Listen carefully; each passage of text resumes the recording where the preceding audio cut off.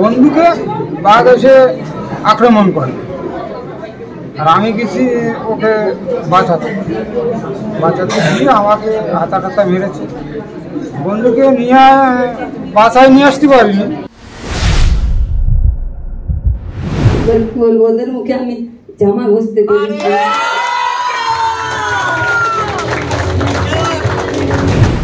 সান বাংলা একজন গন্ডগোলের অ্যাঙ্কার নিয়েছে, তার ট্যাপ অন করাই থাকে। তোমার কথা আজকে একটু বলো সবার সঙ্গে।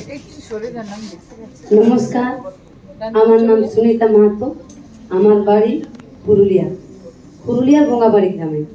আমি একজন মহিলা নৃত্যশিল্পী। আমার একটা স্বপ্ন ছিল যে আমি একটা ছৌ নাচের দল করবো, মহিলা ছৌ নাচের দল। কিন্তু পাড়া প্রতিবেশীদের কাছ থেকে নানান ধরনের কথা শুনতে হয় যে এদের হয়তো নাচ করছে, এদের বিয়ে হবে না।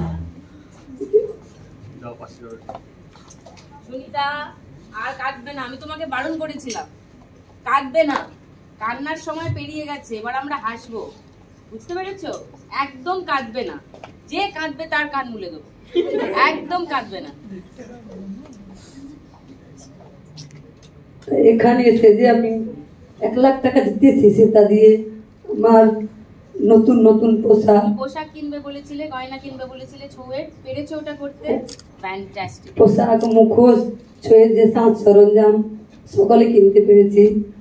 অনেক অনেক ধন্যবাদ সান বাংলাকে, দিদিদেরকে আমাকে এত বড় একটা সুযোগ করে দেওয়ার জন্য।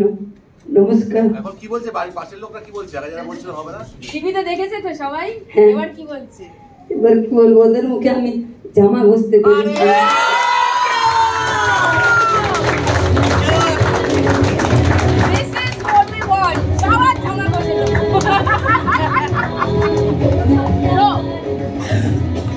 সুনিতা দারুণ ছৌ নাচে। শুভঙ্কর অ্যাকচুয়ালি আমার আরেকটা প্রেস মিটের খরচা বাঁচিয়ে দিল, কারণ এটা এখনো আমার মনের মধ্যে লালিত একটা স্বপ্ন যে কোনোদিন আমি এইটা নিয়ে একটা সিনেমা বানাতে চাই। আমি সত্যি হঠাৎ করে ওকে সামনে দেখে একদম বমকে গেছিলাম, কারণ বহুদিন ধরে আমি ভাবছি যে এইটা নিয়ে আমি যদি কখনো সিনেমা পরিচালনা করি, এই গল্প দিয়েই শুরু করব পরিচালনা করা। আজকের এই প্রেস মিটের পর হয়তো সামনের বছর দেখবো এটা নিয়ে ছবিটা বানানোও হয়ে গেল, তখন আপনারা জানবেন যে আমি আগে ভেবেছিলাম। এইটুকুই, আর বাকি কি করতে পারি আমি। কিন্তু সুনিতার যা স্ট্রাগল, সুনিতার যা লড়াই, সেটা মানে আমরা এখানে বসে কল্পনাও করতে পারি। যাই হোক, তোমার মহিলা ছৌ শিল্পীদের দলের জন্য ও বলেছিল 1 লাখ টাকা জিতলে তাদের জন্য পোশাক কিনবে, মুখোশ কিনবে, সব মিলে প্রায় 15-20 হাজার টাকা খরচা। 6 জনের দল, তাতেই প্রায় 90-95 হাজার টাকা খরচা। হ্যাঁ, 12 জনের। তো সবার পেরেছো কিনতে, মুখোশ কিনতে পেরেছো, অপূর্ব। তো বুঝতে পারছেন তো যে স্বপ্ন আর শুধু স্বপ্ন নেই, বহু মা লক্ষ্মীর স্বপ্ন অ্যাকচুয়ালি সার্থক হচ্ছে। I am so proud of you Sunita, so proud of you. তোমার জন্য খুব গর্ব আমার, সত্যি বলছি। বসো, চলুন একটা এবি দেখাই আপনাদের। এক মিনিটে সেটা কথা বলে নি, কারণ এইটা দেখা হয়ে গেলে এটা বলে নেওয়া হবে না। সেটা হচ্ছে যে আজকে আমরা দেখলাম এই 30 জন উইনার হয়েছেন। তো যেহেতু আমাদের ফরম্যাটটা এরকম, প্রতিদিন টেলিকাস্ট, তো আমাদের একটু শুটিং করে রাখতে হয়, যেগুলো পরে পরে অন এয়ারে আসে।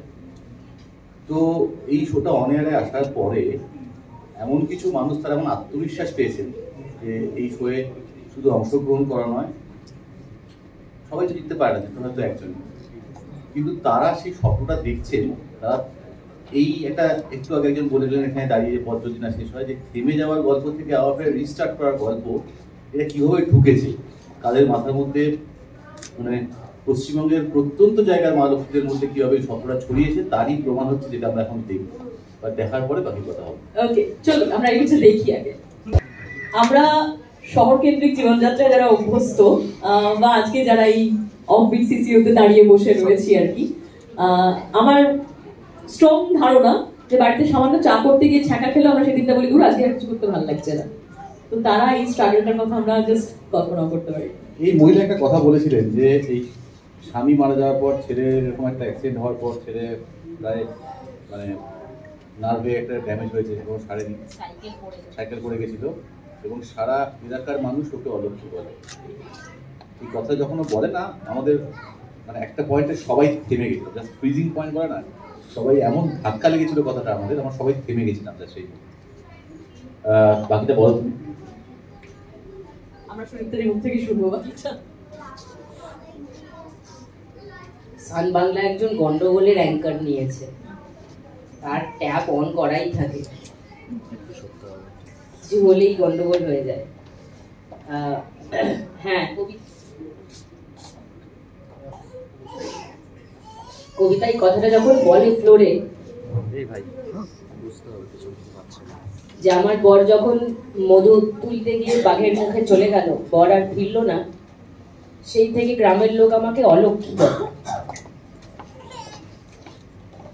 আমরা শহরে দাঁড়িয়ে একটা কল্পনাও করতে পারি, হয়তো শহরেও ঘটে, অতটা আমরা জানতে পারি না। আমি শোটায় আর কথা বলতে পারছিলাম না সেই মুহূর্তে। কবিতার এপিসোড বোধহয় এখনো টেলিকাস্ট হয়নি। 18ই জানুয়ারি কবিতার এপিসোডটা টেলিকাস্ট হবে, সেই এপিসোডটা যাতে কবিতা পার্টিসিপেট করেছে সেই পর্বটা পারলে দেখবেন। এটা কবিতার লড়াই নয়, আসলে এটা সবার লড়াই, প্রত্যেকটা মেয়ের লড়াই। শহর, গ্রাম, গন্ডগ্রাম, মফস্বল, টাউন, সিটি, মেগা সিটি, যাই বলুন, মেয়েদের কিছু তকমা লাগিয়ে দেওয়া খুব সোজা, আই এম সরি, কিন্তু কবিতাদের খবর তো পৌঁছায় না। এই খবরগুলো পৌঁছানো দরকার। 18ই জানুয়ারি দয়া করে দেখবেন এই পর্বটা, এটাই বলবো, এর বেশি আর এক্ষুনি বোধহয় বলাটা ঠিক হবে। আমরা শিওর যে এপিসোডটা যখন অন এয়ার আসবে তখন যারা যারা লক্ষ্মী বলতো তারা ইকো ছাড়া তারা যোগ্য জবাবটা পেয়ে যাবে সেই এপিসোডের হ্যাঁ, ওরকম সুনিতা যেরকম বললো মুখে ঝামা দিয়ে দিয়েছি, কবিতাও আসছে সুন্দরবনের লোকেদের মুখে ঝামা ঘষতে। সব লোক না, যে লোকরা অশিক্ষায়, কম শিক্ষায়, নানান মহিলা, নানান লোককে বিভিন্ন ট্যাগ দিতে পছন্দ করেন, সেই সব লোকের মুখে ঝামা ঘষতে কবিতা আসছে। কিভাবে একদম সুন্দরের একটা সম্পর্ক হওয়ার, কিভাবে সম্পর্কটা কিভাবে বলতে, আমি তো এই কাজ করি, সৌদাইনি কাজ করি। আমাদের প্রশান্তদা আছে, উনি কোথা থেকে শুনেছে বা কোথা থেকে জানি না, উনি নাম্বার দিয়ে দিয়েছে, আমার নাম্বার ওই পায়েলদের কাছে মধ্যে দিয়ে দিয়েছে। পায়েল দিয়ে সেখান থেকে ফোন করে আমাকে নিয়েছে, মানে ফোন করে বলেছে, আমাকে বলছে তুমি খেলতে আসবে। আমি দেখেছি আমি লেখাপড়া জানি না, তুমি কীভাবে খেলবো, বলে কোনো লেখাপড়া জানা লাগবে, তুমি আসবে। তা ভাবছিলাম যে আমি যাব, পারবো কি না, কি বলবে না বলবে করছে। তবে আমার প্রশান্তদা আছে, ওনাকে বললাম, উনি বলছে তুমি যাও। আমি বলছি তো যাও, কোনো অসুবিধে নেই। তা আমরা এসে স্বামী স্ত্রী দুজন আসলাম, দেখলাম, ভালো লাগলো, খেললাম। আর জিতের তো খেলা, কেউ হারবে কেউ জিতবে, আমার ওতে কোনো রোগ শোক ছিল না। গেছি, খেলে বাড়ি গেছি, সবাই টিভিতে দেখছে। তারপর এখান থেকে আবার ডাকলো, বললো ওপরই তুমি চলে গেছো, তোমার তো অর্থ প্রয়োজন, তা তুমি আবার আসো, তোমার একটা লক্ষ্মী মানে ব্যাংক হয়েছে, সেখান থেকে তোমাকে 50,000 টাকা ডোনেশন করবো।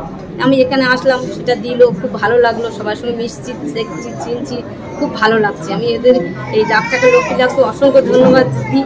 আমি চাই এরকম সব মায়েদেরকে এরকম পাশে নিয়ে এসে কাজ করুক, সবাই আসুক, ভালো লাগুক। আমার একার তো না, সবাই আসুক, খেলুক, ভালো লাগবে। একদম। দাদাকে জিজ্ঞেস করবো, যখন শো চলছিল জানতে পারলাম যে একটা ভয়ঙ্কর ঘটনার সাক্ষী, তো সেই ঘটনাটা কিভাবে ঘটলো বা কিভাবে সেখান থেকে ফিরে আসা, এটা যদি আমরা নদীতে গেছিলাম মাছ ধরতে, বসি বাড়িতে গেছিলাম। তা ওই খাড়ির দিকে গেছি, খাড়ির দিকে গেলে তখন নৌকো নিয়ে মেশিনের কোনো ব্যাপার, নৌকো নিয়ে গেছিলাম।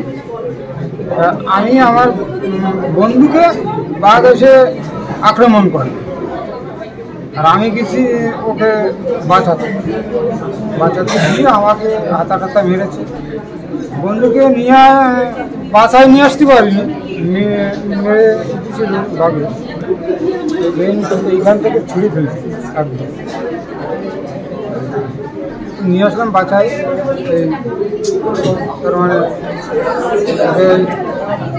বাঁচাতে পারিনি। এসে ওনার ট্রিটমেন্টগুলো বাচ্চাদের আর পারিনি, ওনাকে কিন্তু এনে বাড়ি নিয়ে এসে নাকি অনেকদিন ধরে ট্রিটমেন্ট করে সুস্থ করে এখন এইভাবে চলছে। নদী ছাড়া কাজ পারে। কাজ হচ্ছে নদী ছাড়া কোনো কিছু পারি না। আর উপরে কাজ করতে গেলে খুব একটা অসুবিধা হয়, মাথায় নিতে পারি না কিছু, হাতে এক হাতে কিছু ধরে তুলতে পারি না। সংসার চলছে খুব ধীরে ধীরে চলছে, ভালো চলছে না। বিনোদন জগতের সব খবরাখবর সবার আগে পেতে সাবস্ক্রাইব করুন বিনোদন চিত্র ইউটিউব চ্যানেল আর পাশে থাকা বেল বাটনটি ক্লিক করতে ভুলবেন না।